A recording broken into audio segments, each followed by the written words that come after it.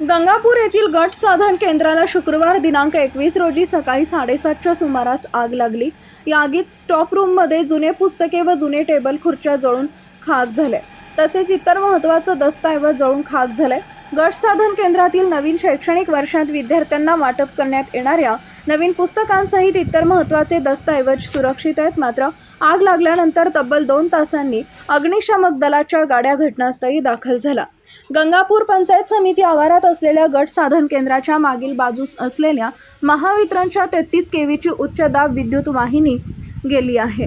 शुक्रवारी सकाळी 7:30 वाजेच्या सुमारास या तारांच्या घर्षणातून पडलेल्या ठिणगीमुळे येथील कचऱ्यानं पेट घेतला। त्यानंतर ही आग गट साधन केंद्रात पसरली। गट साधन केंद्राच्या मागे राहणारे पवन चव्हाण यांच्या ही बाब लक्षात येताच त्यांनी स्थानिकांना याविषयी माहिती दिली।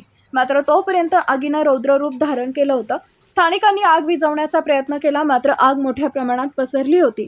अग्निशामक वेळेवर न आल्यामुळे हे आग जास्ती लागली असता पाहता गंगापूर गट शिक्षण अधिकारीचे कार्यालयामध्ये आग लागल्यामुळे अनेक कागदपत्र जळून खाक झाली आहेत।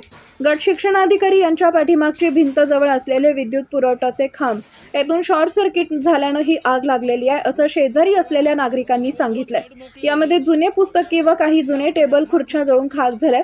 शिक्षण विभागाचे जे महत्त्वाचे कागदपत्र होते ते सुरक्षित आहेत, याची माहिती गट शिक्षण अधिकारी यांनी दिली। या आग विझवण्यासाठी छत्रपती संभाजीनगर जिल्ह्यातील महानगरपालिका व गंगापूर नगरपालिकेचे अग्निशामक वेळेवर आल्यामुळे मोठी घटना टळली। गंगापूर पंचायत समिती आवारात असलेल्या गट साधन केंद्राच्या मागील बाजूस महावितरणच्या 33 केव्हीची उच्च दाब विद्युत वाहिनी गेली आहे, त्याच्यामुळे आग लागली अशी चर्चा घटनास्थळी सुरू आहे। सकाळीच फोन आला होता भोगले सरांचा 8:30 वाजता। तर आपल्या स्टोर रूमच्या पाठीमागे एक डीपी आहे, त्या डीपीच्या खाली शॉर्ट सर्किट झाल्यामुळं ते गवत जळत येऊन पाठीमागच्या खिडकीमधून आग कार्यालयामध्ये पसरली आणि कार्यालयामध्ये ते स्टोर रूम मधले असलेले काही जुने युनिफॉर्म आणि जुने पुस्तक तिथे ठेवण्यात आले होते प्रशिक्षणाचे। ते प्रशिक्षणाचे पुस्तकं तिथे जळालेले आहेत आणि जीवितहानी काही झाली नाही, परंतु काही खुर्च्या, काही टेबल, आता आग विझवण्याचं काम सुरू आहे। आग विझवल्याच्या नंतर लक्ष देण्याचं काय नुकसान झालेलं आहे त्या संदर्भामध्ये आपण पोलीस स्टेशन आणि तहसीलला पंचनामा करण्यासाठी सांगितलेलं आहे आणि तिथे आपण रिपोर्ट सुद्धा दिली आहे।